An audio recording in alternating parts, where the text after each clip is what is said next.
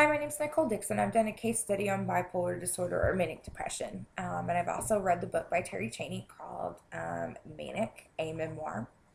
Um, Bipolar disorder or manic depression is a psychiatric diagnosis that describes a category of mood. These disorders are defined by the presence of one or more episodes of an abnormally elevated mood. These moods are known as mania or hypomania.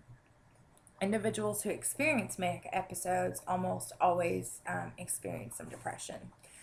In the book Manic, Terry Chaney talks about her first depressive episode at the age of 16.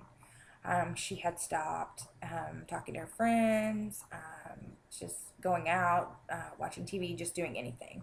And she would just sleep. And then at one point, that turned into also a binge eating disorder. She would went into a vicious cycle of just eating and sleeping and eating and sleeping. And would eat anything she could get her hands on. She said she ate a bag of flour, a box of baking soda. And her dad finally found her one night on the couch. And she was just laying there and she couldn't even move to vomit. She felt so bad.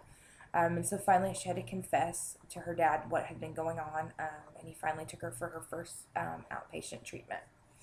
And then when she gets to college, she also develops severe depression to the point where she wasn't showering, she wasn't brushing her hair, she wouldn't leave her room. Um, Finally, she got hungry enough. She would leave her room in the middle of the night and rummage through the hallways, through the garbage bins for something to eat.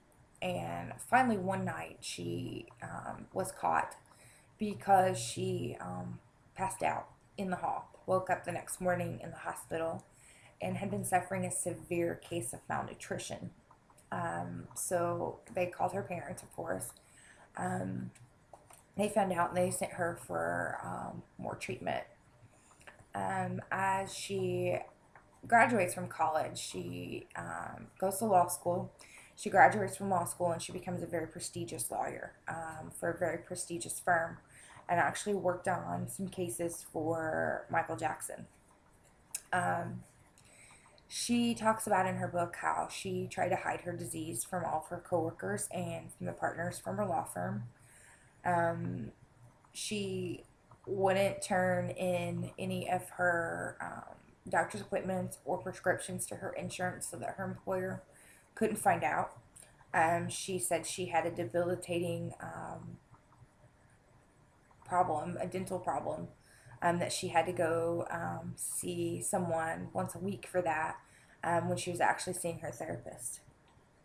Um, Anytime she would have to take off for any kind of treatment, she always claimed a death in the family or, just saved up vacation days. She started going in at night so that she didn't have to talk to anyone face to face and doing her work. And one thing that the book didn't get into was how she handled herself in a court setting. And I wish it would have talked about that because if I just feel like if you can't face your coworkers, how do you handle the pressure of being in a courtroom? The only thing that she does say is that she won the case for Michael Jackson at the time. Um, so there are a lot of manic highs and a lot of suicidal lows. One thing that sent her into suicide was death. Her father died of cancer, and she was his caretaker, and he died a very slow, painful death, which she felt like she couldn't do anything to help him, and she tried to commit suicide shortly after he died. She also had a very good friend and the only coworker that she had ever confided in about her disease, because he also carried a secret that he was gay. And back in the time that she's recalling, gay was still kind of a phobia. Many people hadn't came out about being gay. It was not a more normal thing like it is today. Um, and he actually contracted AIDS and was very sick and passed away. And she again tried to commit suicide. Um, some symptoms of the disorder, genetic factors can contribute to the likelihood of developing the disorder. Environmental factors have also been implicated, life events, neural processes, and melatonin activity. And manic depression seems to be equally prevalent in men and women. So there, no, there's not one sex that has a higher chance of becoming manic depressive.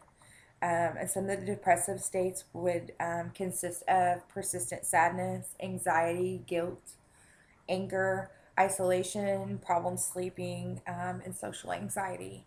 And some of the elevated moods would be increased energy, a low attention span, easily distracted. Most have some sort of substance abuse, aggressive behavior, and your judgments are impaired. At one point in the story, she talks about going on these crazy shopping sprees, and just spending massive amounts of money and just not even knowing that she did it the next day. Um, the DSM also states that you must be experiencing your symptoms for at least 1 week to be diagnosed. Manic episodes are diagnosed if the elevated mood occurs with 3 or more symptoms, and it occurs nearly every day or at least for over a week. Currently, there are no biological tests to test for manic depression. It is simply a psychiatric diagnosis. Um, there are treatments for it, mood stabilizer medications and psychiatric drugs. In the book, Terry Chaney talks about what she called her Prozac years. After several types of treatments and medications, nothing seemed to work for her. But for a period of a couple years, she took Prozac, which seemed to make her feel very normal, and help her control her disease. At one point, she actually even, in despair, tried electroshock therapy. Um, After trying many medications, one of her therapists recommended that she try it. And she talks about it as wiping out her short term memory. Um, all she remembers is biting down on a wooden stick and the straps that bound her to the bed, and talking about just having bruises on her wrists and ankles for just weeks at a time after treatment, and just having no short term memory. And still says that some of her memories today are gray because of that. And still kind of gets bits and pieces of memories here and there. Um, the prognosis for many people that have manic depression is good as long as it's treated with medications. It can be a very disabling disease, and your functioning can be very poor when you're depressed or when you're having some sort of manic high. Terry talks about one of her manic highs being on a trip and going for a walk and walking to the ocean and ignoring the sign that said danger riptide, and just goes into the ocean and just lets it drift her out to sea.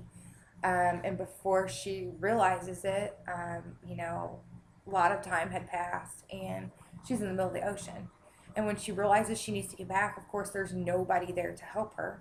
She's out somewhere she's not supposed to be. And the waves just kept carrying her back and back and back and back to the ocean.